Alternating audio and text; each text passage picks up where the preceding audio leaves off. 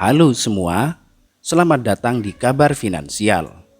Sesuai namanya, channel ini kami bangun khusus untuk membicarakan segala hal yang berhubungan dengan uang.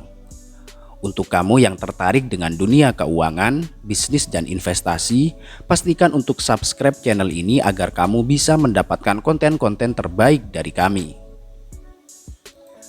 Pada video kali ini, saya ingin membahas bagaimana caranya mendapat tabungan 100 juta rupiah sebelum usia 30 tahun dengan kondisi gaji yang sangat pas-pasan. Dan buat kamu yang usianya di atas 30 tahun, tenang saja, karena pada dasarnya tips ini sangat relevan untuk diterapkan oleh siapa saja.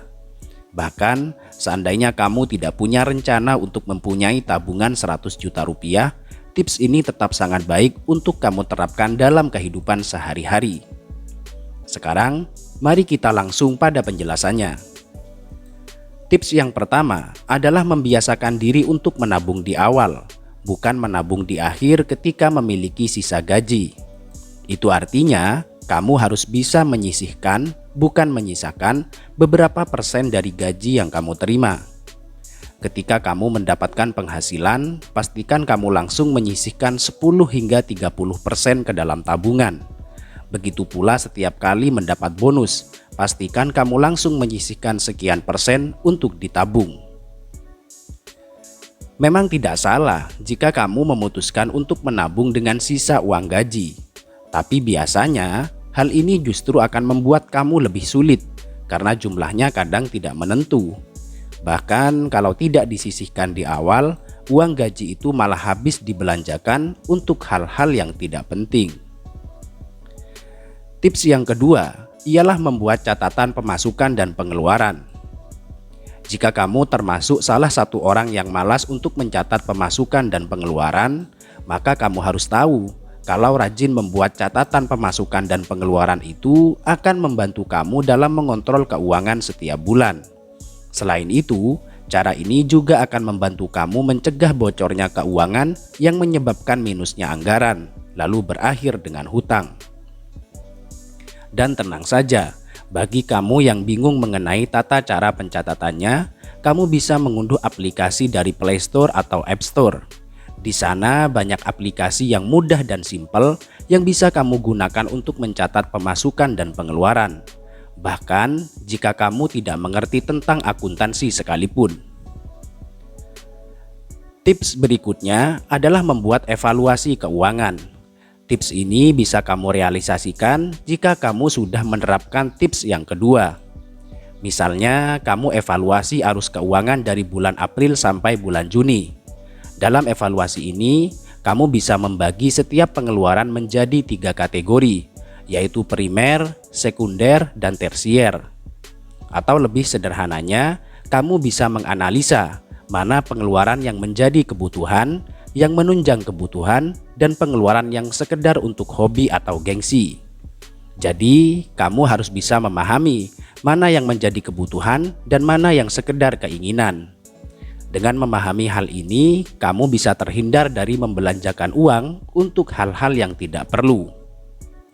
Nah, setelah kamu tahu pos-pos pengeluaran itu, kamu bisa memangkas pengeluaran-pengeluaran yang tidak perlu, lalu membuat catatan agar kamu tidak mengulanginya. Berikutnya adalah memiliki anggaran belanja. Tujuannya agar kamu bisa berbelanja lebih hemat dan tepat sasaran. Jadi, tidak hanya mencatatnya dalam anggaran, tetapi kamu juga harus memakainya sesuai budget.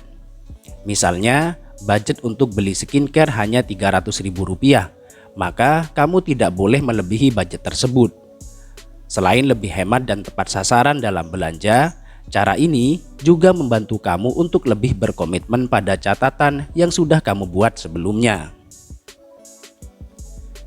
Selanjutnya adalah membuat investasi. Jadi, kamu tidak hanya menyimpan uang di dalam rekening tabungan.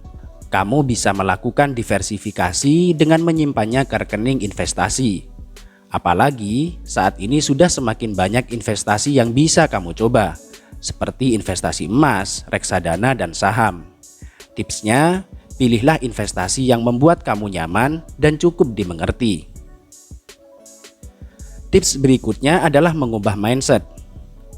Kalau sebelumnya kamu merasa mustahil bisa mempunyai tabungan 100 juta karena alasan gaji yang pas-pasan, sekarang cobalah berpikir bahwa mencapai 100 juta adalah hal yang mudah, selama kamu ada niat dan kemauan.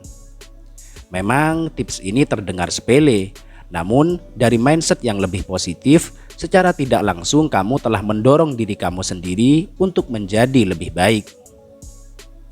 Setelah mengubah mindset, kamu harus menentukan target atau goal. Di kasus ini sudah jelas, goalnya adalah mencapai 100 juta pertama. Tapi dalam kurun waktu berapa lama? Apakah tepat di usia 30 tahun atau justru sebelumnya? Dengan menentukan target yang jelas, akan membantu kamu menemukan cara-cara terbaik guna mewujudkan goal yang telah disusun. Dan tentu saja, kamu harus berkomitmen untuk mencapai target tersebut.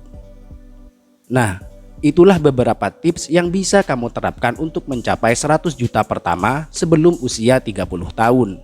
Dan seperti yang saya bilang di awal, tips ini juga sangat berguna meskipun kamu tidak punya target memiliki tabungan 100 juta.